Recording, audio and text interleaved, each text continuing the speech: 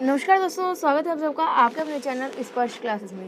दोस्तों, आप सबका एग्ज़ाम जो है फीडबैक बहुत ही अच्छा आया है। फर्स्ट एग्ज़ाम आपका हुआ है, बहुत ही इजी पेपर था और मैराथन क्लासेस में से ही आपको सब कुछ मिल गया था। जेंडर स्कूल एंड सोसाइटी की मैराथन क्लासेस हमारी ये चल रही है। पार्ट फर्स्ट में ऑलरेडी अपलोड कर चुकी हूँ। आज हम पार्ट सेकंड यानी कि फाइनल पार्ट में बात करेंगे। यूनिट फर्स्ट और यूनिट 2 आपके पार्ट फर्स्ट में हो चुकी है। Unit third, fourth and fifth तीनों यूनिट को आज के इस पार्ट में हम जो है कवर कर लेंगे। 1 से 1.5 घंटे की जो है ये क्लासेस होने वाली है और बिल्कुल ध्यान से आराम से एक एक टॉपिक को पढ़िएगा, बिकॉज इसकी कोई प्लेलिस्ट नहीं है पहले से, ठीक है। कोई भी अलग अलग टॉपिक इंडिविजुअली मैंने एक्सप्लेन नहीं किए हुए हैं, तो इसीलिए हर एक टॉपिक को आप ध्यान से पढ़िए। सभी के सभी नोट्स जो हैं आपको नीचे कमेंट बॉक्स में लिंक मिल जाएगा नोट्स के लिए, वहाँ से आप जो है PDF को डाउनलोड कर सकते हैं और पढ़ सकते हैं। थोड़ा सा इस पेपर में आपको अच्छी तरीके से तैयारी करनी होगी, बिकॉज इसकी प्लेलिस्ट वगैरह या वीडियोस वगैरह ज़्यादा नहीं है। मैराथन क्लासेस से ही आपको एडजस्ट जो है करना होगा। लेकिन हाँ, हम ज़रूर कह सकते हैं कि एग्ज़ाम में आपका 80-90% जो क्वेश्चन है वो आपको इन्हीं मैराथन क्लासेस से मिल जाएगा।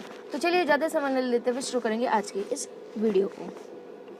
दोस्तों, आपका यूनिट थर्ड स्टार्ट होता है, ठीक है। यूनिट थर्ड में हम बात करेंगे situational analysis of women in Indian society. हमारे भारतीय समाज में महिलाओं की क्या स्थिति है उसके बारे में हम जो है विश्लेषण करेंगे। कंप्लीट यूनिटी में उसी के बारे में पढ़ेंगे कि क्या स्थिति है वर्तमान में, या हमारे जो भारतीय समाज है उसमें महिलाओं की क्या स्थिति है, ठीक है, उसके बारे में हम बात करेंगे। सबसे पहले हम बात करते हैं, जब भी हम स्थिति की बात कर रहे हैं महिलाओं की या पुरुषों की, जब हम स्थिति की बात करते हैं तो हम सेक्स रेशियो से जो है ये मेज़र कर पाते हैं कि क्या स्थिति है, क्या कंडीशन है फिलहाल। सेक्स रेशियो क्या होता है कि आपके देश में कितने मेल्स पर कितनी फीमेल्स है या कितने फीमेल्स पर कितने मेल हैं, ठीक है। नॉर्मली अगर हम बात करते हैं तो ये रेशियो मेल और फीमेल का जो रेशियो है वो 1:1 रहना चाहिए, ठीक है, 1:1 रहना चाहिए। लेकिन ऐसा नहीं होता है। यहाँ अगर हम इंडिया की बात करते हैं तो इंडिया में जो महिलाओं की स्थिति है कहें तो महिलाओं की जो संख्या है, गर्ल्स नंबर्स जो है वो बहुत ही ज़्यादा कम है बॉयज़ के मुकाबले। तो वही हम सब चीज़ें सेक्स रेशियो में पढ़ते हैं। तो सेक्स रेशियो पैटर्न क्या है? The pattern is a ratio of male to female in population में हमारे जो देश की जनसंख्या है उसमें मेल और फीमेल की क्या पॉपुलेशन है उसी को ही हम सेक्स रेशियो पैटर्न कहते हैं। ये नॉर्मली 1:1 होनी चाहिए, लेकिन ऐसा नहीं होता है। और दूसरी बात यह है कि ह्यूमन सोसाइटी में जो सेक्स रेशियो होता है डिपेंड करता है एक तो age of mother at birth, जब बच्चे की जन्म हुआ है उस समय उसकी माँ की आयु क्या थी उस चीज़ पर भी डिपेंड करता है। बिकॉज एक तो ये है कि बच्चे के जन्म से के समय माँ की जो आयु है वो 25 साल है या 30 साल है। और दूसरी तरफ ऐसा भी होता है कहीं कहीं जगह पर जहाँ पर बाल विवाह को प्रमोट किया जाता है कि वहाँ पर 16 साल के बच्चे 17 साल के बच्चे भी जो है वो माँ बन जाते हैं। तो इस चीज़ का भी फ़र्क पड़ता है। और दूसरा होता है सेक्स सिलेक्टिव अबॉर्शन एंड इन्फेंटिसाइड्स। कई बार आपने देखा होगा हमारे भारतीय समाज में जो अबॉर्शन है वो बहुत ज़्यादा चलता है, इन्फेंटिसाइड्स बहुत ज़्यादा चलता है, ठीक है। तो इस चीज़ पर भी ये चीज़ भी अफेक्ट करता है आपके रेशियो को। 2014 तक जन्म के समय वैश्विक लिंगानुपात जो था वो आपका 107 लड़कों पर 100 लड़कियों के बीच होने का अनुमान है। ये आपका वैश्विक लिंगानुपात है, सिर्फ इंडिया का नहीं, ये पूरे विश्व का है। इंडिया का तो और भी बहुत ज़्यादा कम है, ठीक है। पूरे अगर वर्ल्ड की बात करते हैं तो 107 लड़कों पर 100 लड़कियां हैं। अगर हम बात करते हैं टाइप्स ऑफ रेशियो पैटर्न के कितने टाइप्स के होते हैं, पहला होता है आपका प्राइमरी, सेकेंडरी, टेरिटरी और आपका फोर्थ आ जाता है क्वार्टनरी सेक्स रेशियो। इसमें आप सिर्फ और सिर्फ नाम याद रख लेंगे, ज़्यादा इसमें कंफ्यूज नहीं होंगे। हल्का हल्का आप इसमें से थोड़ा सा रीड कर सकते हैं, ठीक है। ये जो आपका टेरिटरी सेक्स रेशियो 2 टाइप्स में होता है। आपका एक तो ASR एडल्ट सेक्स रेशियो और दूसरा होता है आपका OSR ऑपरेशनल सेक्स रेशियो। इसके बाद नेक्स्ट नंबर पर हम बात करेंगे शिक्षा की, एजुकेशन की। देखिए, जब हम महिलाओं की स्थिति की बात करते हैं कि हमारे देश में महिलाओं की क्या स्थिति है, क्या कंडीशन है, क्या सिचुएशन है, तो सबसे पहले हमने ये देख लिया कि जो पुरुष है, बॉयज़ हैं, उस पर गर्ल्स की कितनी है। तो इंडिया में हमने देख लिया है कि प्रत्येक लड़कों पर कितना लड़कियां होती हैं। यहाँ पर अगर हम बात करते हैं तो 943 जो है इंडिया का सेक्स रेशियो है 2011 के सेंसस के अकॉर्डिंग, ठीक है। तो मतलब 1000 लड़कों पर केवल 943 ही लड़कियां हैं, ठीक है। तो इससे स्थिति का पता चल जाता है कि कहीं ना कहीं कमज़ोर है। और बाकी चीज़ों को देखते हैं जिससे कि हम महिलाओं की स्थिति का पता लगा सकते हैं इंडिया में। तो नेक्स्ट नंबर पर बात आती है एजुकेशन की, कि शिक्षा में क्या स्थिति है। शिक्षा को विश्व स्तर पर लड़कियों और महिलाओं को सशक्त बनाने और उनके मानवाधिकारों के उल्लंघन से बचाने का सबसे शक्तिशाली साधन माना जाता है। देखिए, जो गर्ल्स के साथ कुछ भी गलत हो रहा है या किसी भी व्यक्ति के साथ गलत हो रहा है, किसी के मानव अधिकार जो होते हैं, ह्यूमन राइट्स जो होते हैं, अगर उनका उल्लंघन हो रहा है, महिलाओं को सशक्त बनाना है, वुमेन एम्पावरमेंट होता है, तो उसका अगर हम साधन की बात करते हैं, मीन्स की बात करते हैं, तो सबसे सशक्त साधन जो होता है वो हमारा एजुकेशन ही माना जाता है कि सबको एजुकेट करें, अवेयर करें, उसी से ही हम किसी भी बुराई को ख़त्म कर सकते हैं।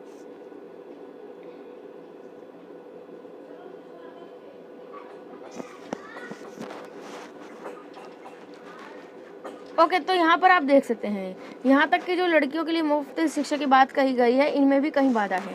देखिए, इसमें क्या होता है कि आपके थ्योरेटिकल अगर बात करते कोई नीति वगैरह है, उसमें बात तो हो जाती है कि लड़कियों के लिए मुफ्त शिक्षा, लेकिन उसमें कई ऑब्स्टेकल्स आते हैं, सिर्फ वो थ्योरी बनकर रह जाती है, या हम कहें तो इम्प्लीकेशन का टाइम जब आता है वो बहुत ही कम लेवल पर ही इम्प्लीकेशन उसका अप्लाई हो पाती है। बिकॉज कई ऐसे जो है ऑब्स्टेकल्स आती है समाज में रहते हुए कि फ्री होने के बावजूद भी जो लड़कियां हैं वो एजुकेट नहीं हो पाती। जैसे संस्कृति, परंपराओं के नाम पर, संस्कृति के नाम पर जो है जो फैमिली मेम्बर्स होते हैं वो ही अपने बच्चों को, अपनी लड़कियों को पढ़ाने की कोशिश नहीं करते हैं। लड़कियों से अपेक्षाएं, लड़कियों से बहुत ज़्यादा अपेक्षा की जाती है। लड़कियों से अगर हम ये बात करते हैं, शुरू से ही अपेक्षा की जाती है कि उनका काम है घर का काम संभालना, बर्तन करना, ये करना, जो घर के सारे काम हैं वो काम करना लड़कियों की ज़रूरत है, तो लड़कियों से अपेक्षा की जाती है। घरेलू काम का बोझ होता है, उनके परिवारों की देखभाल करना भी जो है लड़कियों की जिम्मेदारी माना जाता है, और उनके स्कूल जाने के रास्ते में भी कई जो बाधाएं होती है। फॉर एग्जांपल, स्कूल जाने के रास्ते से यहाँ पर क्या मतलब है कि मान लीजिए आप किसी गांव में रहते हैं, कोई लड़की है किसी गांव में रहती है, और स्कूल जो है उसके गांव में ना होकर इसको गांव से 4 किलोमीटर दूर या 5 किलोमीटर दूर है, तब जो गांव के लोग होंगे वो अपने लड़कों को तो भेज देंगे दूर पढ़ने के लिए, लेकिन लड़कियों को नहीं भेजते हैं और कह देते हैं कि भाई स्कूल बहुत ज़्यादा दूर है। तो ऐसे कई ज़्यादा जो है ऑब्स्टेकल्स आते हैं, कई सारी बाधाएं आती है, जिसकी वजह से जो है गर्ल्स जो होती हैं वो एजुकेट नहीं हो पाती हैं। इसके बाद महिलाओं के अगर स्वास्थ्य की बात करते हैं, हेल्थ की बात करते हैं, तो देखिए हेल्थ का मतलब क्या होता है। एक तो ये होता है बीमार रहना, तो सिर्फ और सिर्फ बीमार रहना या बीमारी ना होना ही हेल्दी नहीं होता है। ठीक है, अगर एक व्यक्ति है उसको कोई बीमारी नहीं है, खांसी जुकाम बुखार या कोई भी किसी तरह की बीमारी नहीं, इसका मतलब ये नहीं वो हेल्दी है। हेल्थ होने से मतलब यहाँ पर WHO आप देख सकते हैं, वर्ल्ड हेल्थ ऑर्गेनाइजेशन के द्वारा एक डेफिनेशन दी गई है हेल्थ की। तो health is a state of complete, किस किस की स्टेट है, आपका फिजिकल हेल्थ कैसी है, मेंटल हेल्थ कैसी है, सोशल हेल्थ कैसी है, वेल बीइंग कैसा है। ठीक है, मतलब इसमें केवल और केवल डिसीज़ को इंक्लूड नहीं किया जाता, इसमें आपका शारीरिक हेल्थ कैसी है, शारीरिक स्वास्थ्य कैसा है, आपका मानसिक स्वास्थ्य कैसा है। मतलब अगर कोई व्यक्ति डिप्रेस्ड हो रहा है तो मतलब वो हेल्दी नहीं है, भले उसको कोई बीमारी नहीं है लेकिन उसको डिप्रेशन है, तो मतलब मानसिक रूप से वो व्यक्ति कमज़ोर है। तो यहाँ पर अगर हम बात करते हैं स्वास्थ्य की, तो स्वास्थ्य में आपका केवल और केवल बीमारी का अभाव या कोई बीमारी होना नहीं होता है। ठीक है, पूरी रूप से शारीरिक, मानसिक, सामाजिक कल्याण की सभी अवस्थाओं को आपके हेल्थ में इंक्लूड किया जाता है। सबसे पहले तो ये बात क्लियर हो गई। उसके बाद भारत में अगर महिला स्वास्थ्य की बात करते हैं तो बहुत ही ज़्यादा चिंता का विषय है, और महिला के स्वास्थ्य में शामिल होता है कि भावनाएं, सामाजिक, शारीरिक हालचाल। देखिए हमने जैसे कि ऊपर अभी बताया है कि जब हेल्थ की बात आती है तो सिर्फ और सिर्फ बीमारियों के बारे में नहीं सोचते, महिलाओं की भावनाएं क्या हैं, सामाजिक कैसा है, सामाजिक स्वास्थ्य कैसा है, शारीरिक स्वास्थ्य कैसा है, हालचाल कैसा है, वो सबको हम इंक्लूड करते हैं। अब देखते हैं कि महिलाओं से संबंधित, स्वास्थ्य संबंधित क्या क्या समस्याएं आती है। Health related problems in women's, lack of trained doctors, प्रशिक्षित चिकित्सक जो होते हैं उनका अभाव होता है इंडिया में। ठीक है, कुपोषण के शिकार होती हैं कुछ महिलाएं, स्तन कैंसर हो जाता है, HIV एड्स, हृदय स्वास्थ्य, मानसिक स्वास्थ्य, आत्महत्या, आदिवासी महिलाओं की स्वास्थ्य की समस्या। तो ये अलग अलग तरीके की जो है प्रॉब्लम्स क्रिएट होती है जो कि हमारे वुमेन्स हेल्थ से जुड़ी हुई है। नेक्स्ट है measures to solve health problem, जो ये आपके स्वास्थ्य समस्या हैं इनको हम कैसे समाधान कर सकते हैं, कौन कौन से उपाय इनके होते हैं। सबसे पहले फर्टिलिटी एंड फैमिली प्लानिंग, प्रजनन क्षमता और परिवार नियोजन, providing best health care services, सर्वश्रेष्ठ स्वास्थ्य सेवा प्रदान करें, बैड मेंस्ट्रुएशन हाइजीन। ठीक है, तो हाइजीन होना या फिर अच्छे से अच्छा उन्हें इलाज मिलना, फैमिली प्लानिंग या फर्टिलाइजेशन प्लानिंग करना, ये कुछ कारण हो सकते हैं या ये कुछ तरीके हो सकते हैं जिनसे कहीं ना कहीं जो वुमेन्स हेल्थ है वो सुधारी जा सकती है। देखते हैं government scheme for women's health. Women's health के हेल्थ को लेकर महिला स्वास्थ्य को लेकर जो है कई तरह की सरकारी योजनाएं आती रहती हैं टाइम टू टाइम। आज भी कई योजनाएं जो है वो टाइम टू टाइम आती रहती है जिससे कि महिला स्वास्थ्य या वुमेन्स हेल्थ पर ध्यान दिया जा सके और उनको सुधारा जा सके। Like aggregated social health activities, सामाजिक स्वास्थ्य गतिविधियों पर जोर दिया गया। कौन कौन सी? जननी सुरक्षा योजना जुलाई 2005 में आई। जननी शिशु सुरक्षा कार्यक्रम 1 जून 2011 में आया। निःशुल्क दवाई प्रदान करना, निःशुल्क आहार, सामान्य प्रसव के दौरान 3 दिन और सी सेक्शन के दौरान 7 दिनों तक का जो है भोजन देना, और निःशुल्क निदान करना, डायग्नोज अगर कुछ भी हो रहा है तो उसको वो बिल्कुल फ्री हो, जब भी अवकाश हो निःशुल्क आवश्यक हो, जब भी ज़रूरत हो किसी भी महिला को तो उसके लिए निःशुल्क रक्त की भी जो है इस तरीके की अलग अलग सरकारी योजनाएं आती रहती हैं।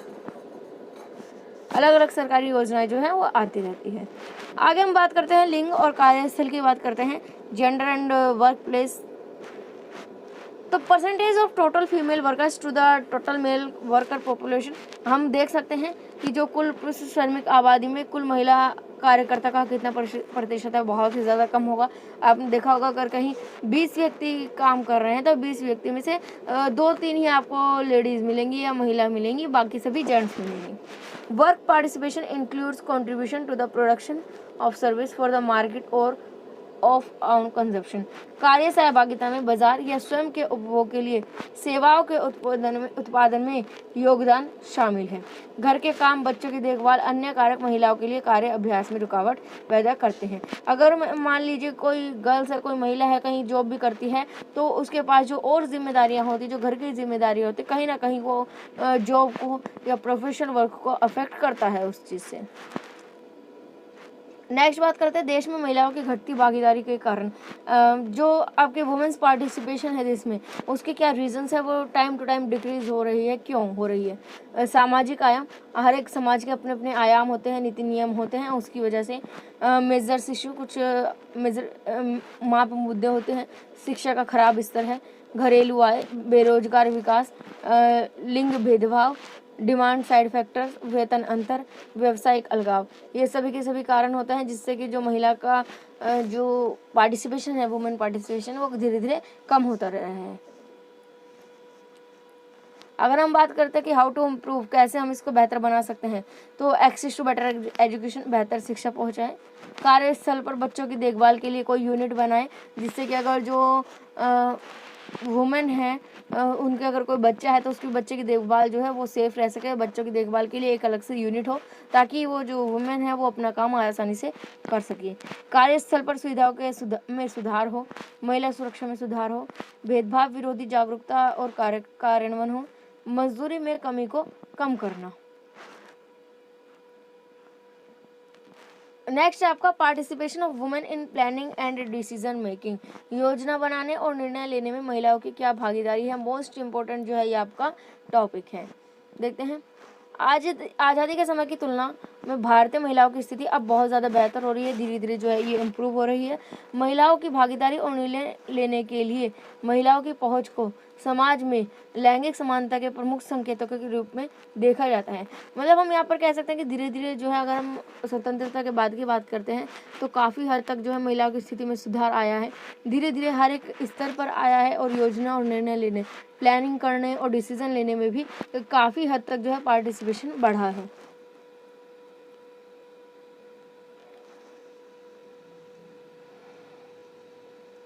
निर्णय लेने में लैंगिक समानता को इस संदर्भ में भी देखा जाना चाहिए कि क्या महिलाएं पुरुष के समान स्तर पर सार्वजनिक न्याय लेने की स्थिति में हैं, राजनीतिक भागीदारी और नेतृत्व, कृषि क्षेत्र में, आर्थिक गतिविधि में, मतलब बड़े घरेलू खरीद करने में, ठीक है, घर के काम के लिए कुछ बड़ी खरीद करनी है, ठीक है, बड़ा फर्नीचर वगैरह, कुछ महंगी चीज़ या फिर कोई बड़ी चीज़ लेनी है, या शादी करने में, जन्म देने के निर्णय करने में, बच्चों की शिक्षा का निर्णय करने में, ठीक है, कल्याणकारी संगठन में, तो इन सभी चीज़ों में क्या है पार्टिसिपेशन कम है, बहुत कम है, लेकिन पहले से बेहतर है।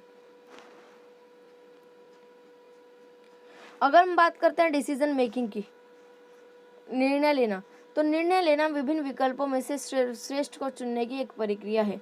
ठीक है, आपके पास कई ऑप्शंस होते हैं, उनमें से कोई एक बेस्ट ऑप्शन सिलेक्ट करना, इसी को ही हम डिसीजन लेना कहते हैं। यह निर्णय लेने से पहले विकल्प चुनने के लिए तैयार है कि सभी विकल्पों को ठीक से गणना की जानी चाहिए।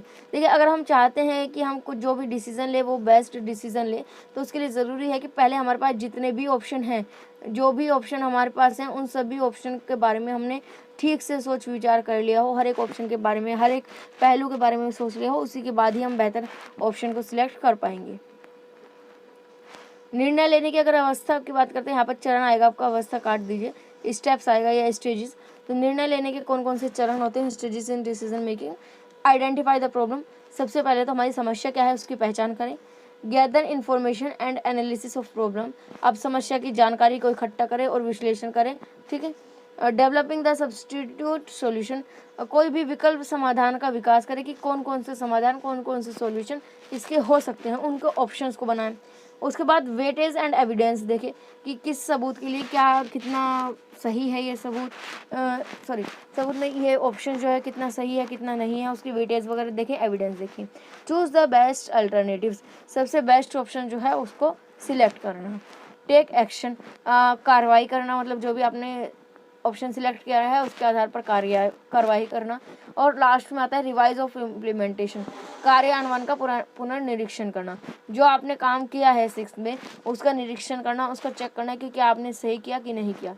तो एक बेस्ट डिसीजन लेने का ये कुछ 7 स्टेप्स आपके सामने हैं, या स्टेजेस भी आप इनको बोल सकते हैं। इसमें है इम्पोर्टेंस ऑफ डिसीजन मेकिंग, निर्णय लेने का क्या महत्व है। तो योजना और नीतियों में मददगार होती है, सबसे अच्छा विकल्प चुना जाता है, व्यवसाय का सफल संचालन होता है, प्रबंधकीय समारोह का कार्यान्वयन होता है। कोई भी मैनेजरल फंक्शन है तो उसको हम इम्प्लीमेंट कर पाते हैं अगर हम अच्छी तरीके से अच्छी तरह से डिसीजन मेकिंग करते हैं। नेक्स्ट नंबर पर आपका आ जाता है प्लानिंग, यानी कि योजना बनाना। तो योजना बनाना क्या होता है कि हमें क्या करना है, कैसे करना है, कब करना है, क्यों करना है, वो सब जब हम सोचते हैं तो वो हम प्लानिंग में हमारा आ जाता है। योजना प्रबंधन का प्राथमिक और मुख्य कार्य होता है, ठीक है। इसमें सब में हम क्या बात करते हैं कि हमें क्या काम करना है, ठीक है, क्या करना है, कैसे करना है, कब करना है, क्यों करना है, इन सभी बातों के बारे में हम बात करते हैं। यह बुद्धि पर और मानसिक कार्यों पर निर्भर होती है। हमारी बुद्धि कितनी है, हमारा मेंटल डेवलपमेंट कितना है, मेंटल वर्क कितना है, हमारी क्रिएटिविटी कितनी है, थिंकिंग पावर कितनी है, उन सब चीज़ों पर डिपेंड करती है, क्योंकि उसी के अकॉर्डिंग हम सोचेंगे, जितनी हमारे पास माइंड होगा उतना ही हम सोचेंगे। टाइप्स ऑफ, अगर प्लानिंग की बात करते हैं योजनाओं के प्रकार, सबसे पहले आता है स्ट्रेटेजिक प्लानिंग, ठीक है, रणनीतिक योजना, जिसमें हम पहले से पूरी रणनीति बना लेते हैं। डिवीजन प्लान, प्रभाग योजना, यूनिट प्लान, इकाई योजना। कुछ कैरेक्टरिस्टिक्स है इसके बाद ये आप देख सकते हैं। Planning is main function of management, प्रबंधन का एक मुख्य कार्य होता है। सोच और तर्कसंगत प्रक्रिया होती है, सतत प्रक्रिया होती है, यानी कि कॉन्टिन्यूस प्रोसेस होता है। साक्ष्य के आधार पर होता है। कोऑर्डिनेशन, समन्वय होता है। लक्ष्य उन्मुख, भविष्य उन्मुख, ये जो है होती है। स्टेप्स की अगर बात करते हैं प्लानिंग की, जैसे कि हमने स्टेजेस की बात करी थी, डिसीजन मेकिंग में स्टेप्स की बात करी थी, उसी तरीके से हम प्लानिंग में भी स्टेप्स की बात करेंगे। सबसे पहला होता है कि सेटिंग गोल, हमें अपने उद्देश्य निर्धारित करने होते हैं, लक्ष्य निर्धारित करने होते हैं कि हमें करना क्या है, ठीक है। डेवलपिंग प्लानिंग प्रोमिसेस, योजना परिसर का विकास करते हैं कि क्या क्या प्लानिंग करना है, क्या एरिया है प्लानिंग का, वो सब देखते हैं। डिफाइनिंग अल्टरनेटिव्स, सभी विकल्पों को परिभाषित करते हैं कि भाई हमारे पास कौन कौन से विकल्प हैं। और लास्ट में हम अपने विकल्पों का मूल्यांकन करते हैं।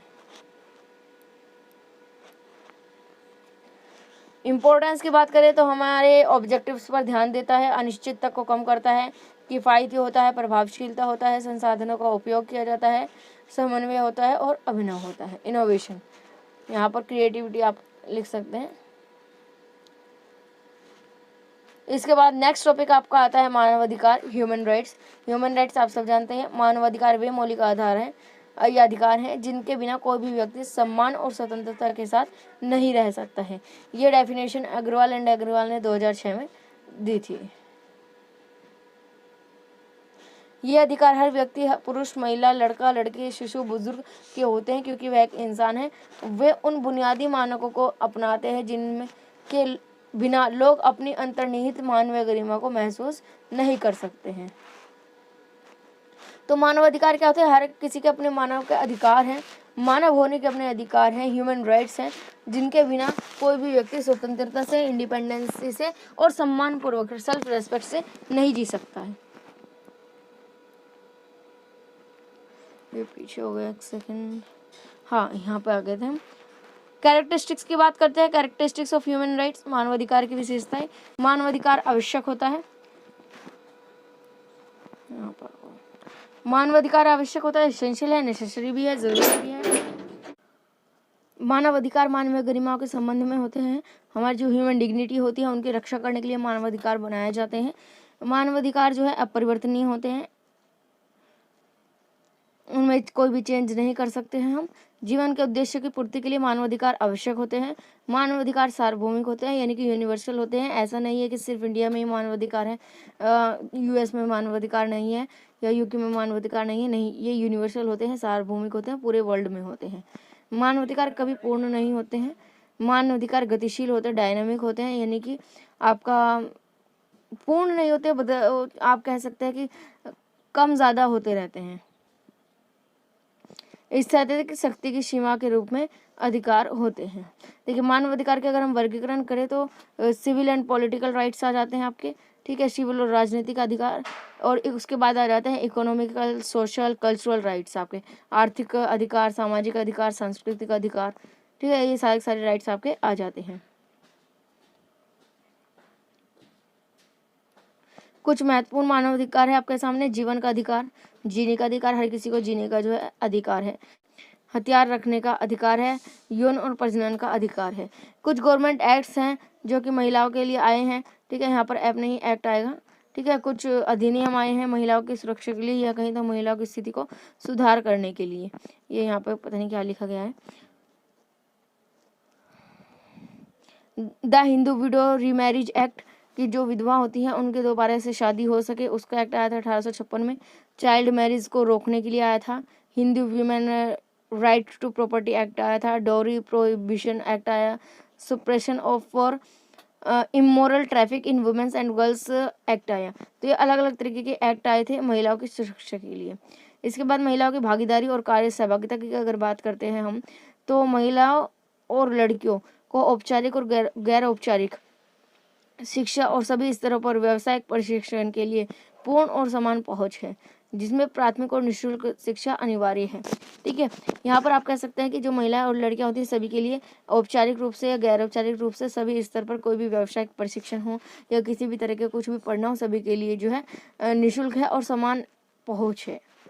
बचपन और पूरे जीवन चक्र में विज्ञान और प्रौद्योगिकी में शैक्षिक अवसर प्रदान करना, आजीवन शिक्षा, मानवाधिकार शिक्षा और शिक्षकों को बढ़ावा देना। तो ये कुछ पॉइंट्स हैं। मैं फास्ट थोड़ा सा ज़्यादा कर रही हूँ बिकॉज मैराथन क्लास है, कंप्लीट क्लास को हमें 1-2 घंटे में ही जो है कंप्लीट कराना है, तो इस वजह से मैं थोड़ा सा फास्ट ज़रूर कर रही हूँ बिकॉज अब इतना टाइम नहीं है कि मैं एक एक जो टॉपिक है उसको कवर करा पाऊँ, तो इसीलिए थोड़ा सा आपको एडजस्ट जो है करना पड़ेगा। अगर आपको अगर आपको स्पीड ज़्यादा लग रही है तो आप सेटिंग में जाकर स्पीड को कम या ज़्यादा कर सकते हैं। लास्ट में आपका ये टॉपिक आपका लास्ट रह गया है।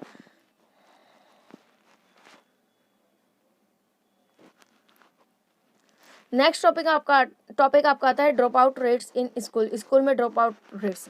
ड्रॉप आउट का मतलब क्या होता है कि कुछ बच्चे जो हैं स्कूल में एडमिशन लेते हैं और बीच में ही छोड़ देते हैं, वो ड्रॉप आउट हो गए। तो गर्ल्स का क्या हिसाब है, तो उसमें हम वो देखेंगे। Drop is a universal phenomenon in India education system at all levels which result in considerable wastage of resources.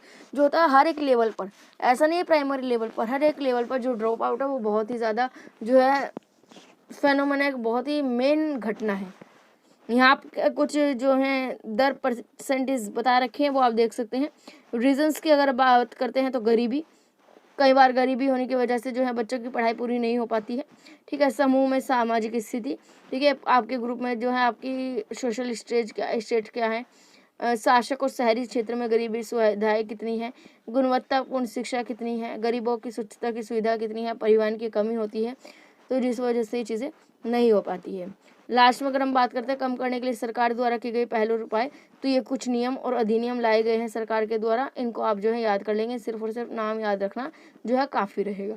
जैसे शिक्षा का अधिकार अधिनियम, मध्याह्न भोजन, मॉडल स्कूल योजना, परिवहन की सुविधा, सर्व शिक्षा अभियान, तो ये सारे के सारे क्या हैं, कुछ एक्ट्स हैं, कुछ अधिनियम है, कानून है जो कि सरकार के द्वारा लाए गए हैं। तो यहाँ पर जो है आपकी 3rd यूनिट जो है कंप्लीट हो जाती है। इसके बाद हम करेंगे यूनिट 4 और यूनिट 5। तो ये यूनिट 4 है आपके सामने। यूनिट 4 में हम बात करेंगे theories on gender and education in India context. India के कॉन्टेक्स्ट में, भारत के कॉन्टेक्स्ट में थ्योरीज पढ़ेंगे हम जेंडर एंड एजुकेशन की। ठीक है, तो ये आपके मोस्ट इंपॉर्टेंट थ्योरीज हैं। इनमें से क्वेश्चन आपको लॉन्ग आंसर टाइप क्वेश्चन में भी देखने को मिल सकता है और शॉर्ट में भी। तो लॉन्ग और शॉर्ट दोनों के लिए ही ये थ्योरीज आपकी मोस्ट इंपॉर्टेंट है।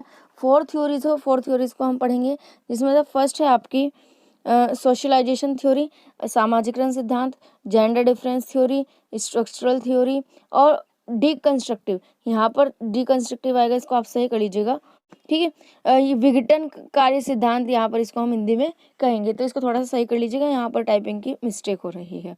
ठीक है, तो सबसे पहला आपका आता है सोशलाइजेशन थ्योरी, सामाजिकरण सिद्धांत। सामाजिकरण सिद्धांत नाम से पता चल रहा है, इस थ्योरी में कहा जाता है कि जो जेंडर रोल है, जैसे हमने पहले पढ़ा था कि स्कूल में जेंडर के बेस पर जो इनइक्वालिटी होती है या जो जेंडर बाइज्ड होती है, जो पार्शियलिटी किया जाता है, ठीक है, या ये माना जाता है कि जो लड़कियां होती हैं उनके लिए आर्ट्स सब्जेक्ट्स होता है या होम साइंस सब्जेक्ट्स होता है, और बाकी के जो मैथ्स साइंस सब्जेक्ट्स हैं, जो हार्ड सब्जेक्ट है, वो लड़कियों के लिए नहीं होता है। लड़कियां उसमें अच्छा परफॉर्म नहीं करती हैं, वो लड़कों के लिए सब्जेक्ट्स होते हैं। ये जो थॉट्स है, इसके ऊपर ये थ्योरी है आपकी। इसमें कहा गया है कि ये फैक्ट नहीं है, बल्कि ये सोशलाइजेशन है। ठीक है, समाजीकरण है। हम किसी भी व्यक्ति को या लड़कियों को ये मानने पर मजबूर कर देते हैं, और बाकी बच्चों को भी और सभी व्यक्तियों को, कि ये जो सब्जेक्ट है ये लड़कियों के लिए नहीं बने हैं। शुरू से ही उन बच्चों का जो सोशलाइजेशन है उसी टाइप से हो जाता है कि ये सब्जेक्ट आपके लिए नहीं बने हैं। तो इसी वजह से जो है लड़कियां जो है उस सब्जेक्ट में अच्छा परफॉर्म नहीं कर पाती है। तो इसमें कहा गया है कि ये फैक्ट नहीं है, लड़कियां भी लड़कों की तरह बाकी सभी सब्जेक्ट में, चाहे मैथ्स हो चाहे साइंस हो, इक्वली परफॉर्म कर सकती है। लेकिन अगर उन्हें सामाजिकरण ना किया जाए, अगर उन पर ये दबाव ना बनाया जाए कि तुम नहीं कर सकते हो। इसका एक एग्जांपल लेते हैं कि अगर कोई काम है, आपको बार बार कहा जाए कि तुम नहीं कर सकते, नहीं कर सकते, नहीं कर सकते, नहीं कर सकते, तो एक ना एक बार क्या है, आपकी कंडीशनिंग हो जाती है, आपका सोशलाइजेशन हो जाता है, आप मानने लगते हैं कि हाँ वाकई में ये काम मेरे लिए नहीं है। ठीक है, तो यहाँ पर यही बात की गई है कि अगर तुम बार बार मानने के लिए मजबूर ना करो, तो लड़कियां भी लड़कों की तरह बाकी सभी सब्जेक्ट्स में अच्छा परफॉर्म कर सकती हैं। ये आप इसमें देख सकते हैं थ्योरी कि एक विशेष समय में लोगों का मानना था क्योंकि लड़कियां गणित और विज्ञान जैसे जो सब्जेक्ट्स होते हैं उनमें खराब प्रदर्शन करते हैं, अच्छा परफॉर्म नहीं करती हैं, तो इसका मतलब वो हुआ कि वे उच्च बौद्धिक मानक के जो सब्जेक्ट्स होते हैं, जो हाई इंटेलिजेंस लेवल के जो सब्जेक्ट्स होते हैं, उन स्टैंडर्ड को, उन मानकों को पूरा करने के लिए एबिलिटी नहीं रखती है, उनमें ये एबिलिटी है ही नहीं। लेकिन जो समाजीकरण का सिद्धांत है, इसको ऐसा लगता है कि लड़कियां भी लड़कों की तरह उच्च शैक्षणिक प्रदर्शन, हाई एकेडमिक परफॉर्मेंस कर सकती है, उसको में एबल है, कैपेबल है, अगर शिक्षक और अभिभावक, यानी कि जो टीचर्स हैं और जो आपके पेरेंट्स हैं, वो उन्हें यह सोचने के लिए सामाजिक ना करें कि वो सब्जेक्ट उनके लिए नहीं बना है या वो उस सब्जेक्ट में अच्छा प्रदर्शन करने में सक्षम नहीं है। ठीक है, तो ये बात यहाँ पर इसमें थ्योरी में कही गई है। शिक्षक और अभिभावकों को लड़कियों के प्रति भेदभावपूर्ण रवैया और उन्हें कठिन विषयों को एक अयोग्य दानव के रूप में नहीं बनाना चाहिए। ठीक है, मतलब जो आप कह सकते हैं कि जो टीचर्स और अभिभावक हैं उनको भेदभावपूर्ण रवैया नहीं करना चाहिए, पार्शियलिटी नहीं करनी चाहिए, साथ ही साथ जो कठिन सब्जेक्ट्स हैं, हार्ड सब्जेक्ट्स हैं, उनको अयोग्य दानव के रूप में नहीं बनाना चाहिए, मतलब हव्वा नहीं बनाना चाहिए। जैसे आपने देखा होगा कि 10th बोर्ड्स क्या होते हैं, सिंपल से एग्जाम्स होते हैं, इतने इजी एग्जाम होते हैं, लेकिन क्या है उसका हवा बनाया हुआ है समाज में, सोसाइटी में। बोलते हैं कि भाई बोर्ड एग्जाम बहुत हार्ड होते हैं। ठीक है, ये सिर्फ और सिर्फ सामाजिकरण है। हार्ड और इजी कुछ नहीं होता। अगर आपको आंसर आता होगा तो आपके लिए इजी है, नहीं आता होगा तो आपके लिए हार्ड है। लेकिन वो शुरू से ही बच्चों की जो है उसी तरीके से सामाजिकरण कर दिया जाता है, सोशलाइजेशन कर दिया जाता है कि तो बहुत हार्ड है, तो बच्चों के मन में वो बात बैठ जाती है, हवा बना दिया जाता है इस चीज का। तो यहाँ पर सोशलाइजेशन थ्योरी, सामाजिकरण थ्योरी में यही कहा गया है कि हव्वा नहीं बनाना चाहिए, कोई पार्शियलिटी नहीं करनी चाहिए, उनको सामाजिक नहीं करना चाहिए, ये बात मानने के लिए मजबूर नहीं करना चाहिए कि वो इस काम को नहीं कर सकती है। ठीक है, नेक्स्ट थ्योरी आपके आती है जेंडर डिफरेंस थ्योरी। इसमें क्या होता है कि सोशलाइजेशन थ्योरी में तो आपने कहा कि भाई कोई भी पार्शियलिटी मत करो, लड़के लड़कियों में, ठीक है। बिल्कुल इक्वल बिहेव करो, नॉर्मल बिहेव करो, उनसे कुछ अलग बिहेव ना करो, ठीक है, या उनको अलग फील ना कराओ। बिल्कुल नॉर्मल बिहेव करो, जैसे आप लड़कों के साथ करते हो वैसे ही लड़कियों के साथ करो, जैसा बॉयज़ के साथ होता है वैसे ही गर्ल्स के साथ करो। लेकिन जेंडर डिफरेंस थ्योरी में क्या कहते हैं कि आप जेंडर के डिफरेंस को समझे, लड़कियों की जो अलग क्षमता होती है उसको समझे, उसका विश्लेषण करें और उनको निखारने में और ज़्यादा मदद करें। तो मतलब जैसे आपने इक्विटी और इक्वालिटी में फ़र्क देखा था ना, ठीक है। इक्विटी और इक्वालिटी में फ़र्क क्या बताया था मैंने कि एक तो होता है कि सभी को ही एक समान जूता दे दो, चाहे उसकी ज़रूरत कितनी भी हो। दूसरा ये है कि हम उनकी ज़रूरतों को पहचानते हैं और जिसकी जितनी ज़रूरत होती है उसके अकॉर्डिंग हम जो है उसको हेल्प करते हैं, उसको मदद करते हैं। हम ये कोशिश करते हैं कि हर किसी के साथ जस्टिस हो सके, ठीक है। तो यहाँ पर वही इतना ही डिफरेंस आपका सोशलाइजेशन थ्योरी और जेंडर डिफरेंस थ्योरी में है। जितना आपका इक्विटी और इक्वालिटी में डिफरेंस है उतना ही आपका इसमें है। इसमें कहा जाता है आपका कि गर्ल्स की जो स्पेसिफिकेशंस है, ये जो कैरेक्टरिस्टिक्स है, जो खूबियाँ हैं, उनको पहचाना जाए, उनको निखारा जाए, ठीक है। यह जो सिद्धांत है, इस सिद्धांत के आने के बाद सामाजिकरण सिद्धांत जो है उसके देखभाल के सिद्धांत के रूप में माना जाता है इस सिद्धांत को, ठीक है। ये कहा जाता है कि सामाजिकरण सिद्धांत सोशलाइजेशन थ्योरी का ही ये आगे का नेक्स्ट स्टेप है। इस सिद्धांत के अनुसार स्त्री लक्षणों की पहचान की जानी चाहिए और उन्हें महत्व दिया जाना चाहिए, इम्पोर्टेंट दिया जाना चाहिए। इस सिद्धांत के अनुसार स्कूल की संस्कृति और नारीत्व संस्कृति के बीच समन्वय न होने के कारण सभी समस्याएं उत्पन्न होती है। इसमें उन्होंने कहा कि जो स्कूल की संस्कृति है, जो कल्चर है और जो गर्ल्स की जो संस्कृति है, उसके बीच में कोऑर्डिनेशन नहीं है, जिसके कारण ये सारी की सारी प्रॉब्लम्स जो है उत्पन्न होती है। वे स्वास्थ्य और मानसिक के लिए संबंध पर ज्ञान को महत्व देते हैं। महिलाओं को की जो है जेंडर सेंसिटिविटी जो होती है उस पर ज़्यादा एम्फेसाइज करते हैं, लैंगिक संवेदनशीलता पर जोर देते हैं। तो ये आपकी जेंडर थ्योरी हो गई। नेक्स्ट आती है स्ट्रक्चरल थ्योरी, संरचनात्मक थ्योरी। याद रखिएगा एक थ्योरी ज़रूर पूछी जाएगी और सारी थ्योरीज भी आ सकती है। लॉन्ग आंसर टाइप क्वेश्चन में आया तो जनरली सारी थ्योरीज पूछ ली जाएगी, ठीक है। और अगर शॉर्ट में आया तो कोई सी भी एक थ्योरी देकर पूछी जा सकती है। यहाँ पर सिर्फ और सिर्फ हम शॉर्ट में डिस्क्राइब कर रहे हैं, शॉर्ट में एक्सप्लेन कर रहे हैं, बिकॉज टाइम भी कम है और हमें फास्टली मैथ एंड क्लासेस में जल्दी से रिवीजन करना होगा। इसमें आप बाकी का थोड़ा सा इसको जो है अच्छी तरीके से समझिएगा और डिटेल में एक बार सिर्फ और सिर्फ बुक्स से रीड कर लीजिएगा, जिससे आपको थोड़ा सा और बेटर अंडरस्टैंडिंग बन जाए। बाकी इस वीडियो को देखकर आपको टॉपिक ज़रूर समझ में आ जाएंगे, ये गारंटी है। नेक्स्ट है स्ट्रक्चरल थ्योरी, ठीक है, संरचनात्मक सिद्धांत। ये जो थ्योरी थी, जो सिद्धांत था, ये आपका 1980 से 1990 के बीच में आया था। इस सिद्धांत के अनुसार समाज के एक समूह द्वारा प्राप्त की गई शक्ति को रोका जाना चाहिए। मतलब इस समूह में क्या कहा गया, इसमें कहा गया कि जो सिर्फ और सिर्फ सारी पावर्स सिर्फ और सिर्फ बॉयज़ को मिली हुई है, सोसाइटी के सिर्फ एक ग्रुप्स को मिली हुई है, मेल्स को मिली हुई है, उसको रोका जाना चाहिए। ऐसा नहीं होना चाहिए कि हर एक पावर, जितनी भी पावर्स हैं या जितनी भी सिक्योरिटी हैं और जितने भी आप कह सकते हैं पावर्स ही मान सकते हैं आप इनको, कि वो केवल और केवल एक ग्रुप को दिया जाए, दूसरे ग्रुप को ना दिया जाए। तो ऐसा नहीं होना चाहिए, ठीक है। मतलब theory powers enjoyed by one group of society should be stopped. तो ये जो प्रकृति है या ये जो परंपरा है, इसको रोका जाना चाहिए। यह वामपंथी हस्तक्षेप और आधुनिकता पर आधारित है। It is based on leftist interventions और मॉडर्निटी, ठीक है।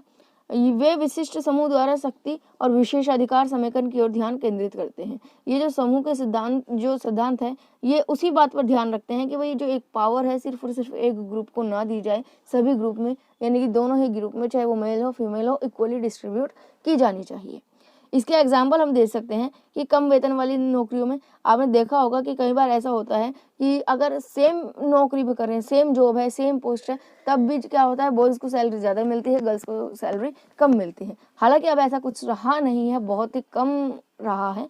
और दूसरी चीज़ ये भी है कि मान लीजिए ऑफिस है, ऑफिस में आपकी 10 पोस्ट हैं, 10 पोस्ट में से जो लो पेइंग जॉब होंगी वो फीमेल्स के लिए कही जाती है कि भाई ये जो जॉब है ये फीमेल्स की जॉब है, और जो हाईएस्ट पेइंग जॉब होती है उनको मेल्स की जॉब बताया जाता है। तो ये चीज़ नहीं होनी चाहिए। सारा बेनिफिट जो है एक ग्रुप को नहीं मिलना चाहिए, सभी को ही इक्वली अपॉर्चुनिटी मिलनी चाहिए। Changing in learning system, inclusion and gender differences, reform in dominating curriculum. जो आपका डोमिनेटिंग करिकुलम है, वर्चस्व वाला जो पाठ्यक्रम है, उसमें सुधार होना चाहिए। डोमिनेटिंग करिकुलम से यहाँ पर मतलब है कि करिकुलम जो आपको बनाया जाता है, जो पाठ्यक्रम बनाया जाता है, उसमें भी कहीं ना कहीं इस चीज़ को ध्यान में रखकर ही पाठ्यक्रम बनाया जाता है। गर्ल्स के लिए अलग सब्जेक्ट बनाए जाते हैं, बॉयज़ के लिए अलग सब्जेक्ट बनाए जाते हैं। ठीक है, तो ये कुछ एग्जाम्पल है, इनको आप देख लीजिएगा। एक एग्जाम्पल और आप देख सकते हैं कि पिंक कलर जॉब वाली वह नौकरियां हैं जिसमें ज़्यादातर महिलाओं का उदाहरण पाते हैं। यहाँ पर अलग से जॉब्स का नाम निकाल दिया, पिंक कलर जॉब्स, जिसको कि कहा गया है कि सारी की सारी जॉब किसके लिए है, महिलाओं के लिए होती है। जैसे आपका नर्स, शिक्षक, सचिव। ठीक है, इन जॉब्स को पिंक कलर की जॉब कह दिया गया है। और लास्ट में फोर्थ थ्योरी आपके आती है डीकंस्ट्रक्टिव थ्योरी, विघटनकारी सिद्धांत। ठीक है, उसमें आप जो ऊपर लिखे हुए थे फोर्थ थ्योरी के नाम, तो उसमें आप ये सही कर लेंगे, ये आपके सही है, डीकंस्ट्रक्टिव थ्योरी, विघटनकारी सिद्धांत। यह 1980 से 1990 के बीच में आई थी। इस सिद्धांत के अनुसार लिंग का वर्गीकरण कक्षा का ही एक रूप है, या हम कहें तो जो जेंडर है वो एक खुद में ही एक जो जेंडर बाइस है वो खुद में ही क्लास का ही एक फॉर्म है, क्लास में ही पूरी तरीके से जेंडर बाइस होता है। जेंडर समाज के द्वारा निर्मित है, वे प्राकृतिककरण के लिए सामान्यकरण के खिलाफ है।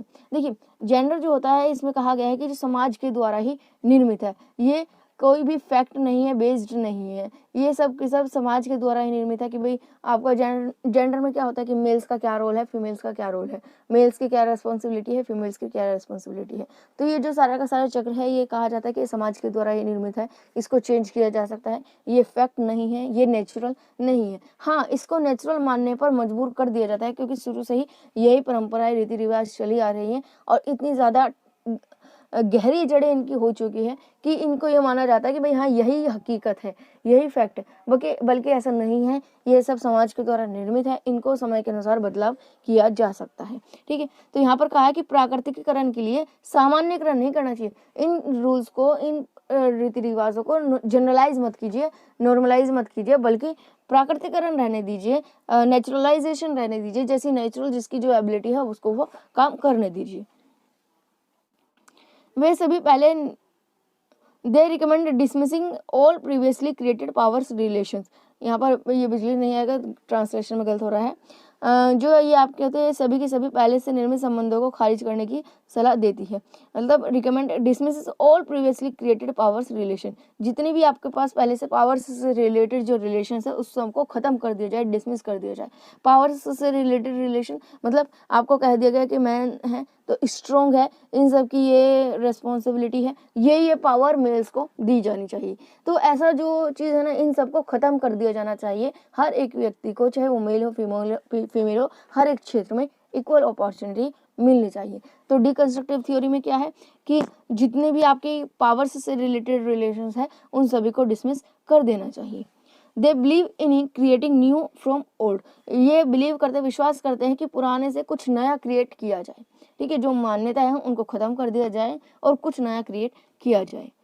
तो ये आपकी स्ट्रक्चरल थ्योरी है, इसको आप देख सकते हैं। सॉरी, डिकंस्ट्रक्टिव थ्योरी है आपकी, विघटनकारी सिद्धांत, इसको आप पढ़ लीजिएगा, आराम से आपकी क्लियर हो जाएगी। नेक्स्ट 5th यूनिट में चलते हैं। देखिए, इसमें क्या है, टाइम कम है और सभी चीज़ें एक्सप्लेन नहीं की जा सकती। नोट्स में हमने यहाँ पर बना दिया गया है सभी चीज़। इसमें जो इम्पोर्टेंट है वो हम आपको करा देते हैं।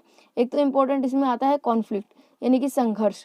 संघर्ष आप सब जानते हैं, अ सीरियस डिसएग्रीमेंट और आर्ग्यूमेंट, किसी भी पॉइंट को लेकर, ठीक है, किसी भी थॉट को लेकर जब दो या दो से ज़्यादा व्यक्तियों में कोई भी असहमति होती है, डिसएग्रीमेंट होती है या आर्ग्यूमेंट हो जाती है आपस में, बीच में कोई तर्क वितर्क हो जाता है, तो वो स्थिति हमारी संघर्ष की स्थिति कहते हैं। तो इन शॉर्ट, अगर किसी भी पॉइंट पर दो या दो से ज़्यादा व्यक्ति आपस में एक दूसरे से एग्री नहीं है तो वहाँ पर कॉन्फ्लिक्ट के चांसेस बन जाते हैं। इसका तात्पर्य है रुचि का टकराव, यानी कि क्लैश ऑफ इंटरेस्ट। जब आपका हो सकता है कि इंटरेस्ट अलग अलग हो, आपका पॉइंट ऑफ व्यू अलग अलग हो, उसकी वजह से क्लैश हो जाता है, तो वही आपके कॉन्फ्लिक्ट की स्थिति आ जाती है। यह मानव समाज की एक प्रमुख विशेषता है, या इसे मानव स्वभाव भी कह दिया जाता है। ठीक है, जो कॉन्फ्लिक्ट्स है या संघर्ष है, इसको नेचुरली ह्यूमन नेचर ही इसको बोल दिया जाता है। मजुमदार के अकॉर्डिंग संघर्ष से संबंधित जो कॉन्फ्लिक्ट है ये आपका ऑपोजिशन से संबंधित है। ठीक है, स्ट्रगलिंग से संबंधित है, शत्रुता के भावनात्मक रवैये के साथ साथ स्वायत्त पसंद के साथ हिंसक हस्तक्षेप का विरोध करती है। ठीक है, ये मजुमदार ने डेफिनेशन दी थी कॉन्फ्लिक्ट की। इट में ऑकर्स बिटवीन इंडिविजुअल्स और ग्रुप्स ऑफ इंडिविजुअल और द सोसाइटीज। यह व्यक्ति या समाज के समूहों के बीच हो सकता है या किन्हीं व्यक्तियों के बीच में हो, दो या दो से ज्यादा व्यक्ति के बीच, या फिर व्यक्ति और समाज के बीच जो है ये हो सकता है आपका कॉन्फ्लिक्ट या संघर्ष, इसको हम कह सकते हैं। ठीक है, यह तब होता है जब अभिप्रायों में, रुचि और विचारों में अंतर होता है। टाइप्स की बात करते हैं तो दो टाइप्स के आपके कॉन्फ्लिक्ट हो सकते हैं, एक तो सामाजिक संघर्ष, सोशल कॉन्फ्लिक्ट, और इमोशनल कॉन्फ्लिक्ट। ठीक है, संवेगात्मक संघर्ष जिसको हम कह सकते हैं, या भावनात्मक संघर्ष कह सकते हैं। तो यहाँ पर पहला जो सोशल कॉन्फ्लिक्ट है, सामाजिक टकराव है, उसमें आ जाता है सोशल मूवमेंट, सामाजिक आंदोलन। समय समय पर जो रीति रिवाज को लेकर आंदोलन चले हैं तो वो भी एक कॉन्फ्लिक्ट ही है, चाहे वो आपका बाल विवाह के खिलाफ चला हो, चाहे सती प्रथा के खिलाफ चला हो, चाहे विधवा विवाह के खिलाफ चला हो। तो ऐसे कई आंदोलन हैं जो कि आपके सोशल कॉन्फ्लिक्ट में ही आ जाते हैं। कोई रियोट्स हो, यानी कि जो लड़ाई झगड़ा हो जाता है, विद्रोह हो जाता है, कई बार दंगे हो जाते हैं, तो वो भी आपके सोशल कॉन्फ्लिक्ट्स में आ जाते हैं। कोई सिविल पॉलिटिक्स हो, ठीक है, या रिवोल्यूशन हो। सिविल पॉलिटिक्स यानी कि सांस्कृतिक राजनीति या नागरिक राजनीति। कई बार ऐसा होता है ना कि जो पार्टियां होती है, कई बार क्या मोस्टली ऐसा होता है, जो पार्टियां होती है वो आपस में राजनीति करने के लिए ही दंगे झगड़े फसाद करा देते हैं, संघर्ष की स्थिति में आ जाते हैं। रिवोल्यूशन, कुछ क्रांति लानी हो, क्रांतिकारी जो आंदोलन होते हैं तो उनको वो भी सोशल कॉन्फ्लिक्ट में आ जाते हैं। इसके बाद अगर हम इमोशनल कॉन्फ्लिक्ट की बात करते हैं, भावनात्मक संघर्ष की बात करते हैं, तो आ जाता है मिसअंडरस्टैंडिंग, खराब संचार। कई बार ऐसा होता है कि आपस में ही व्यक्ति हैं, अच्छे दोस्त भी हैं, ठीक है, लेकिन क्या होता है उनमें आपस में मिसअंडरस्टैंडिंग हो जाती है। मिसअंडरस्टैंडिंग की वजह से उनमें आपस में कॉन्फ्लिक्ट या संघर्ष या लड़ाई उत्पन्न हो जाती है। पुअर कम्युनिकेशन, ठीक है, खराब संचार यानी कि आपस में जो है कम्युनिकेट नहीं कर पा रहे हो, कम कम्युनिकेट होगा तो कम ही जो है मिसअंडरस्टैंडिंग ज़्यादा क्रिएट होगी। कम्युनिकेशन कम होगा, मिसअंडरस्टैंडिंग ज़्यादा क्रिएट होगी तो कॉन्फ्लिक्ट ज़्यादा बढ़ेगा। लैक ऑफ प्लानिंग की या नियोजन की कमी हो। Poor staff selection, frustration, stress and burnout. कई बार होता है ना कि फ्रस्ट्रेट हुआ रहता है व्यक्ति और वो एकदम से बर्नआउट हो जाता है, बिना छोटी सी बात पर भी ओवर रिएक्ट कर जाता है, जिसकी वजह से क्या है कॉन्फ्लिक्ट के चांसेस ज़्यादा रहते हैं। इसके बाद हम हैरेसमेंट के बारे में देखेंगे, सेक्सुअल हैरेसमेंट के बारे में देखेंगे। ये आप सभी जानते हैं, इसको आप थोड़ा सा रीड कर लीजिएगा, कभी कभी ये पूछ लिया जाता है एग्जाम में, तो इसको आप देख सकते हैं। इसमें इम्पोर्टेंट रहेगा कि आपका स्कूल्स में हैरेसमेंट कैसे होता है, ठीक है, अलग अलग फील्ड में किस तरीके से हैरेसमेंट किया जा सकता है, और उसके क्या रोकने के क्या उपाय है, ख़त्म करने के क्या उपाय हैं, क्या प्रभाव है, इसमें चीज़ें आप देखेंगे। एड्रेसिंग फैमिलियर अब्यूज़, ठीक है, harassment by neighbours, harassment in schools, ये एक्शन टू बी टेकन, कौन कौन से एक्शन हमें लेने चाहिए। और इसके बाद लास्ट पॉइंट आपका आ जाता है वायलेंस या हिंसा। तो ये नोट्स मैंने जो हैं आपको मिल जाएंगे स्पर्श क्लासेस की एंड्रॉयड एप्लीकेशन पर भी आपको ये नोट्स मिल जाएंगे, और साथ ही साथ जो हमारी ऑफिशियल वेबसाइट है उस पर भी ये नोट्स आपको देखने को मिल जाएंगे।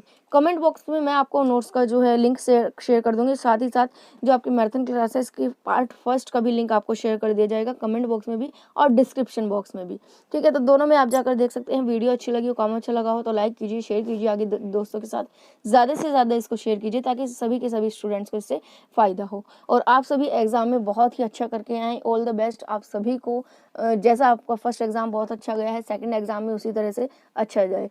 आज के लिए बस इतना ही। आने वाली और वीडियोस को पाने के लिए चैनल को सब्सक्राइब करना ना भूलें। धन्यवाद।